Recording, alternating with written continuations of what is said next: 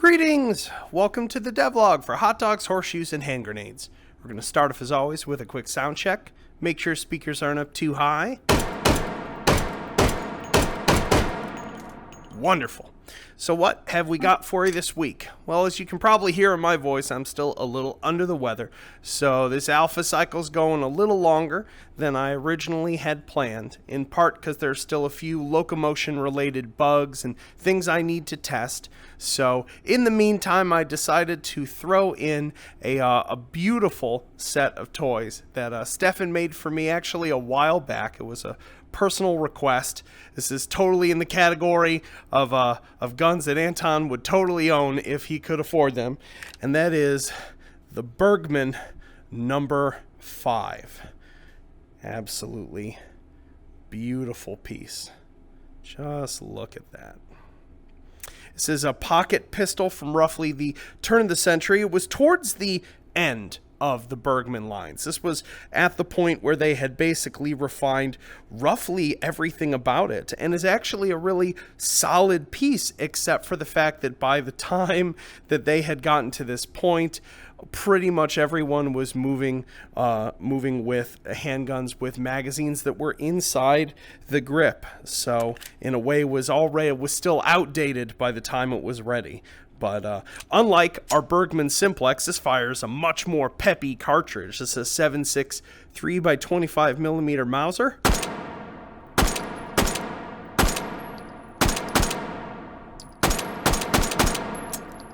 Wonderful, and we have a 10 round and a 20 round mag for it.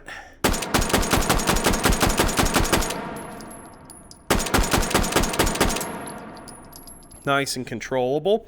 And to go with it, we have the carbine version, which without its stock looks ridiculous. This is another example of one of those things where everyone who was designing these sorts of pistols around this time were still trying to figure out what sort of form factors militaries were possibly interested in. So you oftentimes got these long-barreled and stocked versions of them, which this is the version of this I would have in real life if I could. I don't know. I love old pistol carbines. I love the dimension set. Yeah, just beautiful. Let's pull that up here.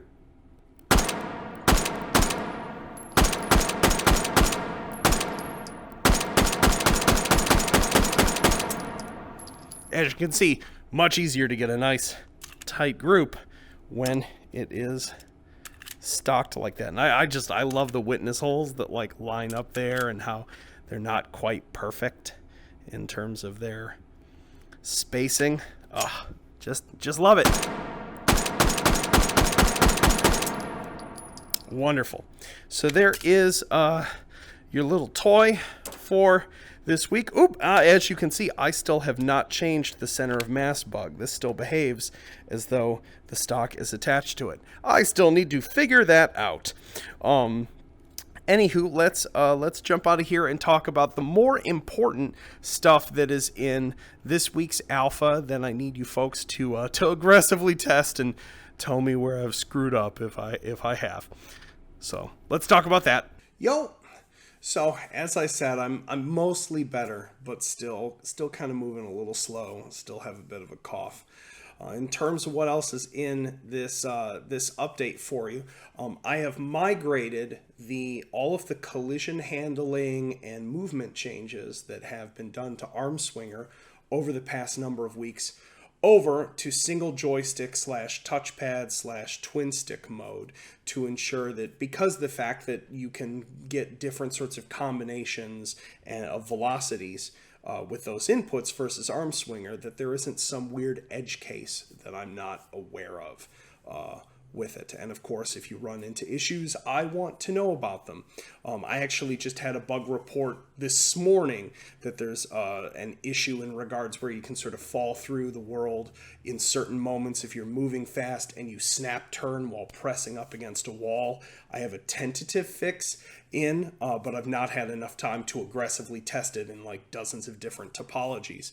So I'm sure we'll all be doing that this week. In terms of other fixes that are in this. Some missing items are in the item spawner, so you can now spawn the stripper clip for the all-rounder, the Meat Fortress weapon. Fixed some missing sounds, some messed up selector positions, and then the other big fix this week. I was actually working on something unrelated and discovered in playing Taken Hold that there were some recurring bugs that were occurring, especially where an agent would sort of spawn outside the hold room and just stand there and not path to where they were going, and that was related to some Unity nav mesh issues. And so while I was there, I ended up tuning and fixing and tweaking some other things related to bot pathing that should both make it run a little faster on the CPU, but also no longer have a couple of these corner cases where their attempt to path from one place to another just fails. Now, where this does change things is that basically those ladders in the take and hold level that the bots were supposed to be using during a hold, basically the moment the hold started and those walls came up in that hold point for the first time, it regenerated the nav mesh a little bit in that area and would cause what were called off-mesh links that allow bots to traverse ladders to break. And so while patrols were using ladders, bots attacking you during a hold weren't. They will now. So if you're used to the vectors and a couple of those hold points where bots can go to, it might be a little different now. So you have been warned. Anywho, that's about it for this week. As I said, it's a small alpha. I am mainly at this point just focused on making sure that there are no functionality regressions involving the locomotion code.